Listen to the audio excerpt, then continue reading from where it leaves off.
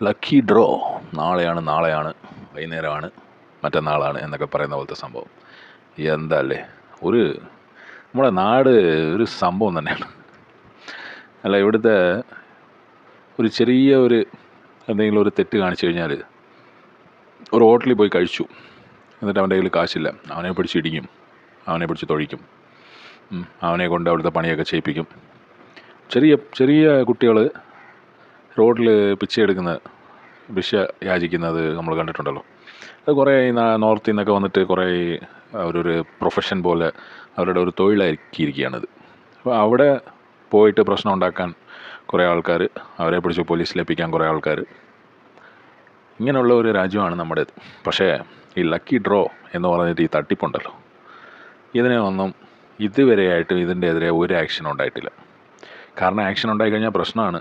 Action ഉണ്ടായിക്കഴിഞ്ഞാൽ അവിടെ കോടതിയിലെ മറ്റേ വക്കീൽ ചോദിക്കും, Junglee rummy circle, rummy jungle, rummy of the circle of the my 11 circle, ഇങ്ങനെ കുറേ സംഭവങ്ങളുണ്ടല്ലോ. ഡ്രീം 11 ഏകദേശം ഒരു ഗാംബ്ലിംഗ് പരിപാടിയാണല്ലോ. നമ്മളൊരു ടീം ഉണ്ടാക്കുകയാണ്, നമുക്ക് ഒരിക്കലും ജയിക്കാൻ പറ്റില്ല. നമ്മളൊരു ടീം ഉണ്ടാക്കിയിട്ട് നമ്മൾ എങ്ങനെയൊക്കെ ടീം ഉണ്ടാക്കിയാലോ അതിനെക്കാട്ടിലും കൂടുതൽ അടിപൊളിയായിട്ട് ഒരു ടീം ഉണ്ടാക്കി അവിടെ തന്നെ ആ ടീമിനെ ആ ലാസ്റ്റ് മിനിറ്റിൽ ജയിപ്പിച്ച് മറ്റേ പുറത്ത് റിസൾട്ട് വിടുന്ന പരിപാടിയാണ് ഈ ഡ്രീം 11 മൈ 11 സർക്കിളൊക്കെ. പിന്നെ റമ്മി അറിയാമല്ലോ, ബാക്കിലാണ് കളി.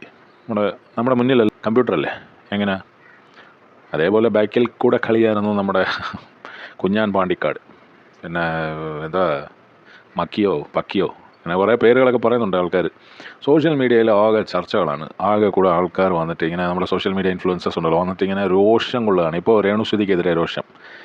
എന്താണ് കാണിക്കുന്നത്, എന്തിനു വേണ്ടിയിട്ട്, കാശിന് വേണ്ടിയിട്ട് ഇങ്ങനെയൊക്കെ ചെയ്യാൻ പാടുണ്ടോ, ആൾക്കാരെ കുഴിച്ചടിക്കാൻ പാടുണ്ടോ എന്നൊക്കെ. സംഭവം സത്യമൊക്കെ തന്നെ, കുഴിച്ചടിക്കാണ്. 500 രൂപ പോകുന്നുള്ളൂ. ഈ 500 രൂപ കൊടുത്തിട്ട് ഒരു വലിയ സാധനം കിട്ടുന്നത് നമ്മുടെ ആൾക്കാർക്ക് വളരെ ഇഷ്ടമാണ്.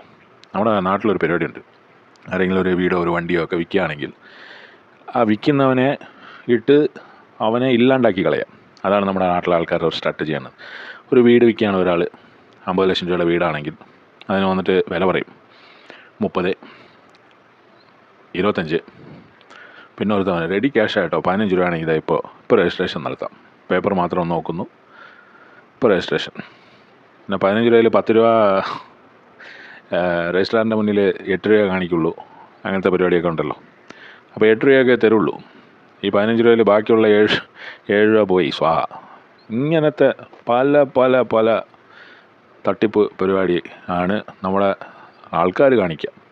അപ്പോൾ അതേ ആൾക്കാരിൽ കുറച്ചുകൂടെ ബുദ്ധിയുള്ള കുറച്ചുകൂടെ ഇതുള്ള ആൾക്കാരാണ് ഇൻഫ്ലുവൻസേഴ്സിൻ്റെ പരിപാടി എന്ന് പറഞ്ഞാൽ. കാദർ കരിപ്പൊടി നമ്മൾ കണ്ടതാണ്. ഒരു വയ്യാത്ത ഒരാൾ, അയാളെ സഹായിക്കണം, അയാൾക്ക് ക്യാൻസർ, മറ്റേത് മറിച്ചത്, അങ്ങനെ കുറേ അനുസർക്കൊക്കെ ഭ്രാന്താൻ തോന്നില്ലേ. നമ്മുടെ കാദർ കരിപ്പൊടി കാണിച്ചത് നമ്മൾ കണ്ടതാണ്. പുള്ളിയെ വലിച്ചീരി കുറേ ആൾക്കാർ വീഡിയോ ഒക്കെ ചെയ്തായിരുന്നു. ഇത് കേരളത്തിൽ ഇല്ലീഗൽ സംഭവമാണ്. എന്നാലും ഈ വെളിയിലുള്ള രാജ്യങ്ങളിൽ ഇത് ചെയ്യുക. പക്ഷേ കേരളത്തിലെ പ്രോപ്പർട്ടിയാണ് വെക്കുന്നത്. അതും തെറ്റാണ്. കേരളത്തിലെ ആൾക്കാരാണ് ടിക്കറ്റുകൾ എടുക്കുന്ന, കേരളത്തിലെ ആൾക്കാരാണ്. അപ്പോൾ മൊത്തത്തിലെ ഇത് തെറ്റാണ്. പക്ഷേ ഇതുവരെ പ്രശ്നമൊന്നും ഉണ്ടായിട്ടില്ല. ഇതുവരെ ആരെയും റവന്യൂ ഡിപ്പാർട്ട്മെൻറ്റ് പിടിച്ചിട്ടൊന്നുമില്ല. റവന്യൂ ഡിപ്പാർട്ട്മെൻറ്റിൽ ഒരു ഡോക്യുമെൻറ്റിന് വേണ്ടി പോയി കഴിഞ്ഞാൽ ഭയങ്കര ഡയലോഗാണ്. എന്തെങ്കിലും ഒരു സർട്ടിഫിക്കറ്റ്, ഒരു ഹയർ സർട്ടിഫിക്കറ്റോ എന്തെങ്കിലും ഒരു സർട്ടിഫിക്കറ്റിന് വേണ്ടി പോയി കഴിഞ്ഞാൽ ഭയങ്കര പ്രശ്നമാണ്. ഇല്ലാത്ത ചോദ്യങ്ങളൊക്കെ ചോദിക്കും. പക്ഷേ മൂക്കിൻ്റെ താഴെയാണ് ഈ പരിപാടിയൊക്കെ നടക്കുന്നത്. ഓൺലൈൻ മീഡിയ ഓപ്പൺ ചെയ്ത് കഴിഞ്ഞാൽ അവിടെ ഫുള്ളി ഇപ്പോൾ രേണുസുതിയും മറ്റേ പാണ്ടിക്കാട് കുഞ്ഞാനും ഒക്കെയാണ്. പക്ഷെ അതൊന്നും ഒരു പ്രശ്നമില്ല. അതൊന്നും മൈൻഡ് ചെയ്യില്ല അവർ. കാരണം അവർക്ക് ഒരുപാട് ജോലികളുണ്ട്. അവർക്ക് മാത്രമല്ലേ ഉള്ളൂ ജോലിയില്ലേ. എന്താ പറയുക, എന്താണേലും രേണുസുതി ഈ കൊല്ലം ബിഗ് ബോസിൽ കയറുമെന്നൊക്കെ പറയുന്നത് കേൾക്കുന്നുണ്ട്. കയറി നന്നായി വരട്ടെ. ഇങ്ങനെ സഹിക്കുന്നതെന്നാണ് ആൾക്കാർ. ഒരു വിധവയാണ്, ഇതാണ്, അതാണ്. അയ്യോ, ഈ ബോഡി ഷേമിങ് മറ്റേ കോമഡിയൊക്കെ ഇപ്പോൾ നിർത്തലാക്കി പോയി. അല്ലെങ്കിലുണ്ടല്ലോ, അയ്യോ ആൾക്കാർ കൊല വിളിച്ചാണ്. ഇതാണേലും സംഭവമാണ്. അതിൻ്റെ കൂടെ ആൾക്കാരെ പറ്റിക്കാനുള്ള പരിപാടിയും കൂടെ. 500 രൂപ കൊടുത്തു കഴിഞ്ഞാൽ ഈ വീട് നിങ്ങൾക്ക് സ്വന്തമാക്കാം. പകുതി സത്യ. പക്ഷേ 85% കള്ളമെന്ന് മാത്രം.